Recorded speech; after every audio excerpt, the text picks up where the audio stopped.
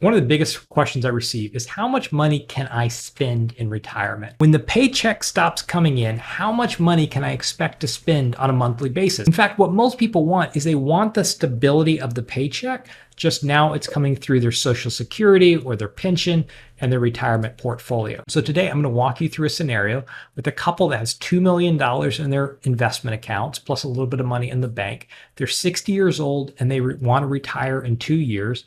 And they've come to me and they said, Kevin, how much money can we spend in retirement? But here's the twist. Instead of approaching it from a typical probability-based approach, I'm going to build this plan using a dynamic income strategy. In fact, this is the first time ever I built an entire plan using the dynamic income strategy. And so from scratch, I'm going to walk you through what this would look like and what the outcome will be. And I teased this in a video a couple weeks ago, and a lot of people reached out and said, I wish you would do more scenarios using a dynamic income approach.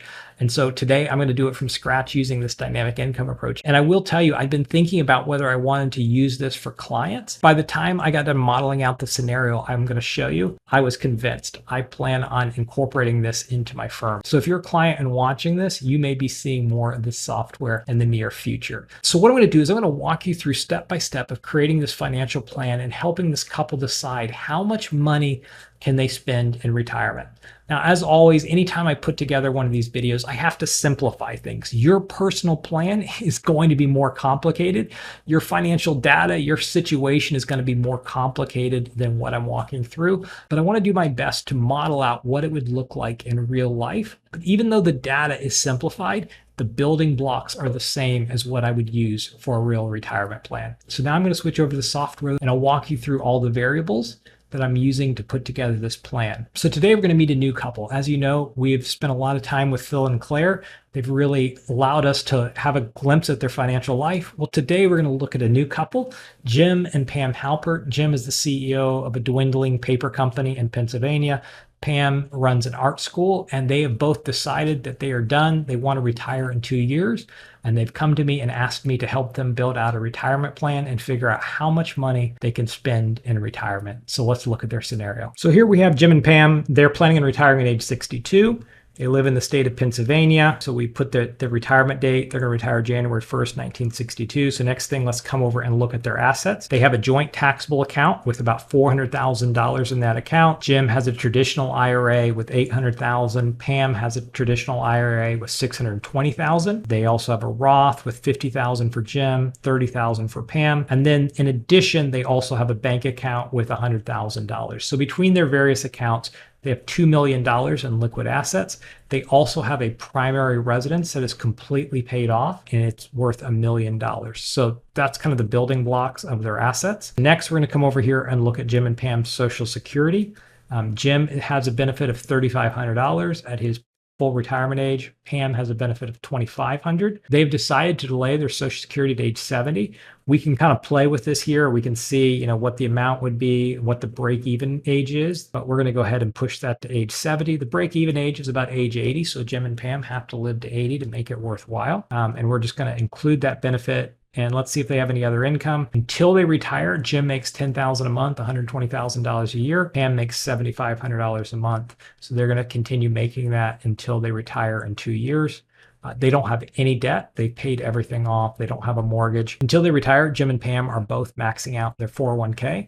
They're putting in $30,000 a year. So then we have their expenses, living expenses, $8,000. 67% of that is essential. So if you watch my video on retirement spending, you want to figure out which percentage of your expenses are essential and which are discretionary. They figured out about 67% are essential.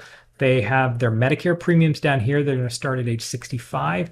But in addition, they've built in about an extra $600 a month through the rest of retirement. They are able to stay on the company plan at $600 a month.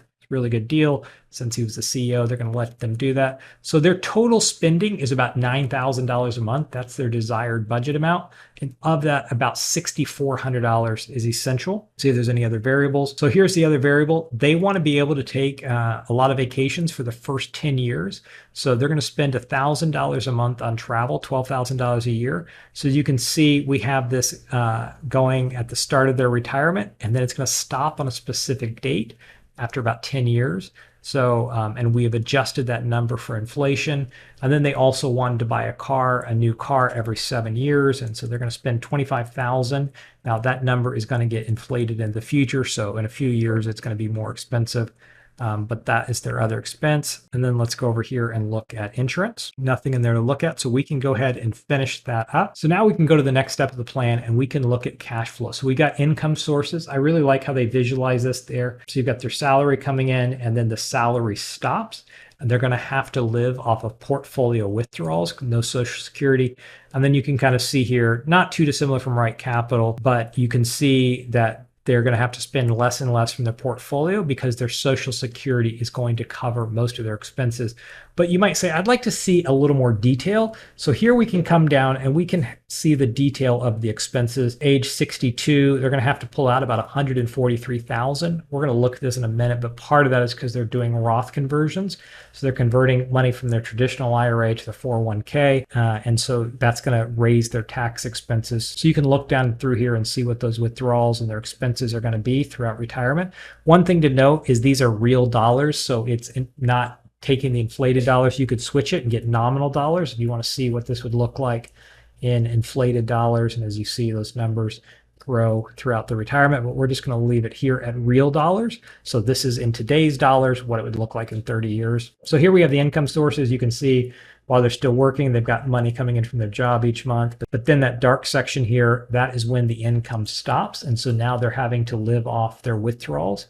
And so eventually you can start to see that their Social Security will cover most of their expenses and they'll have to take less and less from their portfolio and really let that grow. One other thing, the survivor income ratio. So even if something happens to Jim or Pam, most of their income is going to be protected. There's not going to be a big dip, but I like how you can see that. So we can come and you see there's these spikes. That is, that's buying a car. And we can come down here and see their living expenses, what their medical is, what their Medicare premium is. And then we can also see their other living expenses, the vacation, $12,000, the $25,000 to buy a car in 7 years, $25,000 again. As I mentioned, just quickly again, if you want to see these in nominal numbers with the inflated numbers, that becomes 28,000 in a few years. That becomes 33,000, 38,000, but we're just going to leave it in real numbers. And then we can come here and look at taxes. We've already dialed in the taxes, so we can see that for a few years, they're going to have some really high tax rates. But then after that, they're going to basically pay no tax for the rest of the retirement. And so what I really like is we can see, they're going to pay in 2026 when they first retire, they're going to have 90,000 in ordinary income tax. A lot of that is Roth conversions they're doing. They're going to have to pay some long-term capital gains because they're paying for that Roth conversion from their taxable account. And they have a fairly low basis in that taxable account. I'd set that earlier. So they're having to sell some stocks. So they have some long-term capital gains. Pennsylvania charges a little bit of tax. So their total tax bill, the first year retirement is $104,000, meaning their total effective tax rate is 18.7%. And then because of the Roth conversions and the 2-year look back, there's going to be a couple of years where they're going to have to pay the IRMA surcharge. And so you can see here what that's going to be and how that gets included into their total cost.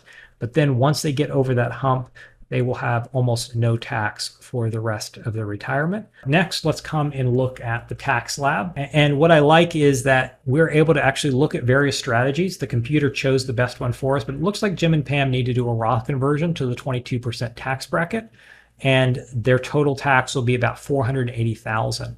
So we can now come and look and see that that's going to save them over the standard strategy $631,000 in taxes. And that it'll give them an additional legacy amount of $316,000, and it's going to drop their average tax rate by 6%. So we can then look here and see what their total tax would be, both with conversions and without. And one of the things you'll notice, and this is often the case that makes it hard to convince someone to do a Roth conversion, is their taxes would have been fairly low once they quit working for the first couple of years. So you've got this low tax rate, and then you've got an advisor coming. You got a low tax bracket and you have an advisor coming and saying, hey, I want you to pay a large chunk of money now when you're paying almost nothing in taxes. I want you to pay a huge chunk of money in taxes to avoid a future tax problem. People are like, that's a tough pill to swallow.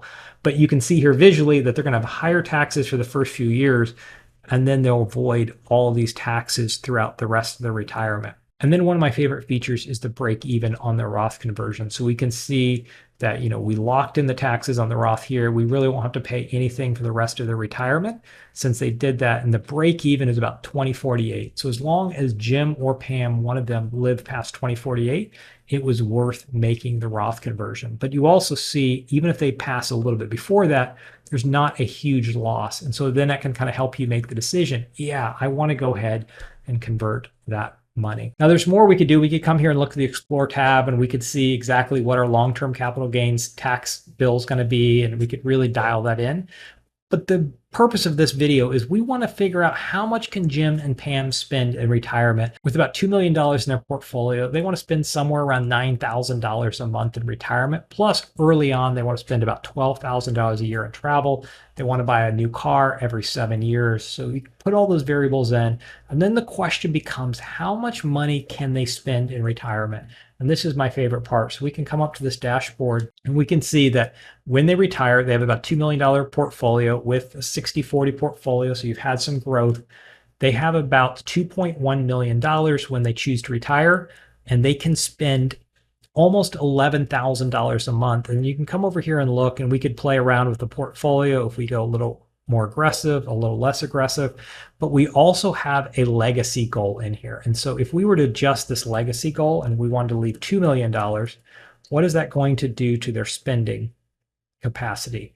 And typically that's going to dip their spending capacity quite a bit. We'll see how much. I'm actually not sure. I will find out with you what that's going to be. So if they spend about $1,000 less a month, they could increase their legacy by almost $1 million. So let's set that back to a $2 million legacy. So now they have $11,000 a month of spending capacity. Now this takes into account their current portfolio, also Social Security later. So it's all getting balanced out. So it's not 10,000 or 11,000 plus Social Security. The system is taking all that into account. Now, so these income values are monthly and gross of tax and savings, but net of variable expenses. So net of the travel expenses and purchasing the car. So if you want to include those in, you just say, look, I don't want to plan for those really separately. I just want to say, what is the total amount I could spend each month? It's around 12,000, but we're just going to leave it net of variable expenses. I could also choose the real and the nominal or the annual, but we're just going to say they can spend $11,000 a month. Now they don't need $11,000 a month. This is over and above their travel. And so they're in really great shape. But the question becomes, what happens if we have a market dip? The market crashes and it drops by 30%. In that case, Jim and Pam would have to cut their spending by about $500 to $600 a month. And that's why you need that percentage. What percentage of my expenses are essential? Do I have the space in a market drawdown that I could adjust my expenses down? And most people, when they see this, even at a 30% drawdown, if I can spend everything I need, I can handle that. And then you can adjust this to be more sensitive or less sensitive. So you could actually increase your spending, but you're going to have a higher chance of having to adjust your spending more often. And so you want to find kind of that middle sweet spot. And then in their case, $11,000 is more than enough to cover everything Jim and Pam's going to need. And even if they have to drop to $10,000, we know what their expenses are going to be. We know they're going to be fine. And if the market does a little bit better, they can spend a little bit more. They can splurge a bit more. When they take that trip to Europe, they can fly in business class. And then we can test this plan out. So in the test, we can see that 94% of the scenarios, so it runs all these different scenarios similar to a Monte Carlo, and it says 94% of the scenario, they're above plan, right? They're fine. They can spend more than they need to. And what you can see at the spending level that they've set, in 94% of the scenarios, they can actually spend above what they planned. And in only 6% can they spend less. And then we can look at the income adjustments. And so they should be able to increase at about 6% every year, which should be more than enough to cover inflation. And every 22 years, they might have to decrease it by 6% when there's a big market drawdown. And so then you can kind of see what that would look like here. I'm not going to spend too much time. It's going to be hard for you to see that on your screen anyway.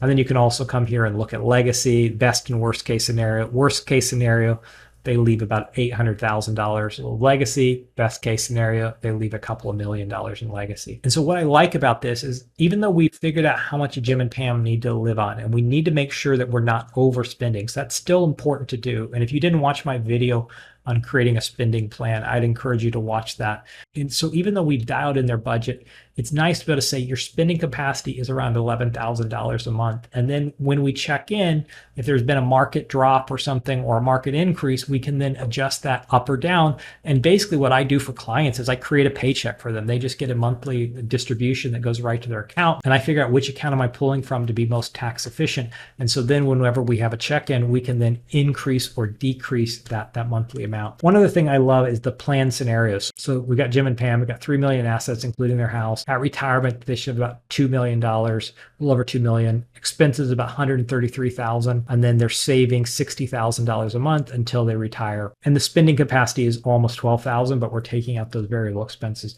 But then we can create another scenario and say, what would happen if Jim and Pam retired at age 65? So we kept all the variables the same, except they worked an extra 3 years. So they've been putting away more money. The market has continued to grow. Well, now we can see that their spending capacity jumps from $12,000 to $15,000 a month. And what I love about this is this helps you decide, look, actually $12,000 is more than enough money for me to live on in retirement, even if I have to adjust it down by $1,000. And so then you can say, look, you know what? I don't need to earn $15,000 a month. I don't need that kind of spending capacity. That's more money than I'll ever need during retirement. You know what? I'm going to go ahead and retire earlier than I planned. Or in the inverse, you're like, actually, you know what? It would really be nice to have $15,000 a month. I can work an extra 3 years to be able to have that extra in capacity. So returning back to the question that we started with, how much money can Jim and Pam spend in retirement? Jim and Pam can spend about $11,000 a month in retirement after they paid for their variable expenses, like getting a new car every few years. And so now we know they can actually afford to take more trips and do more things that they really wanted to do. One last thing I was going to show you, we can actually then stress test this retirement. So we can come in here and we can see, okay, what would have happened, in 2007 in the great financial crisis? We can look and say, okay, we'd had to cut spending a couple times. So if the planned income had been 12,000, we'd have ended up having to drop it by about 1,300. But then, so early on, we had to make a couple cuts. We had to cut income twice. And so they're down by about 1,300 or 1,800 from what they'd planned on spending. So they make that adjustment, but then you see they can increase the green lines are when they increase their spending. And before long, within a few years, they're spending significantly more than they planned on. And so most people in retirement are able to make those adjustments to their retirement spending. They're like, you know what? I'm okay if I have to cut spending during a market drawdown. And if you combine this with a bucket strategy, you might not even have to cut your spending during that market drawdown. You just kind of begin pulling from the other bucket. But even if you didn't have a bucket strategy, you have to spend a little bit less here, but then before long, you're spending more than you had planned on spending. And so you can come in through and look at this and all sorts of different time scenarios. So you could say, what would have happened during the post-war decade? And so you can see almost the entire post-war decade, you just kept increasing your spending. And then you had to decrease right here, but you're still above this blue area is your planned income. Even though you had to decrease your spending, you're still at or above what you'd hope to be at. And so then we could come and look at what happened during the Great Depression. And so you can see during the Great Depression, you did have a number of income cuts and you had to dip into what you'd planned to spend by a significant amount. But even then, you're able to increase your spending again and able to spend more than you'd planned on for the rest of that entire period. But it's nice to be able to come and say, what would have happened during these really dark moments in our history? Like what would have happened in the dot-com bubble? You see, okay, I've got to cut my spending. I dip below for a couple of years, and then you're able to increase your spending again. One last thing I'll mention is I use just a basic 60-40 portfolio here. I haven't optimized it at all. We could also increase the amount of risk that they were taking potentially if we had a bucket strategy as well. So there are other things we could have done to improve this plan. If this were a real scenario, I could sit across from Jim and Pam after putting all the numbers in and say, look, you are in perfect shape to retire in 2 years. In fact, maybe even a little bit earlier. You're going to be able to leave $1 million in legacy to your kids. You're going to be able to spend more money than you planned on in retirement, maybe even taking a slightly nicer trip than you'd hope, but you were in great shape. And then I'm able to model for Jim and Pam what would happen if we do have another bear market and the market drops by 20 to 30%. What does that do to your spending? And so when they can see actually that doesn't impact their spending by that much, they're able to enter into retirement with more confidence. And the truth of the matter is, look, if you are in retirement now, you're just beginning retirement or you are nearing retirement, you have a 30 to 40 year time horizon ahead of you, and the market is going to do something crazy in the next 30 to 40 years. I don't know what that thing is going to be. I don't know what the event is that's going to set it off. I just know that in the middle of that market drawdown, it's going to feel like this time is the worst. I need to sell out. So many people have reached out to me over the past few months and told me stories of selling out during the COVID crash and how much regret they have now, but they were so scared because this felt like the end. And the same story could be told during the great financial crisis, and the same story could be told during the dot-com bust, and the same story could be told during the crashes in the 80s. And so the important thing is to be able to see, look, even if we do have a drawdown, as long as we tighten our belt, we reduce our spending, we take a few less trips, we're going to be completely okay. Hey, thanks for watching. I'd be interested to hear your feedback on this new dynamic income strategy. So leave a comment and let me know what you think. And then also, if you are nearing retirement or in retirement and you are looking for a financial advisor, I would be honored if you would consider working with me. We have a few slots available over the next few months. You can just click the link below to find out a little bit more about the process and how you can work with us. And if you missed my video comparing a dynamic income strategy with a probability-based strategy, so using Income Lab versus Right Capital, you can watch that now.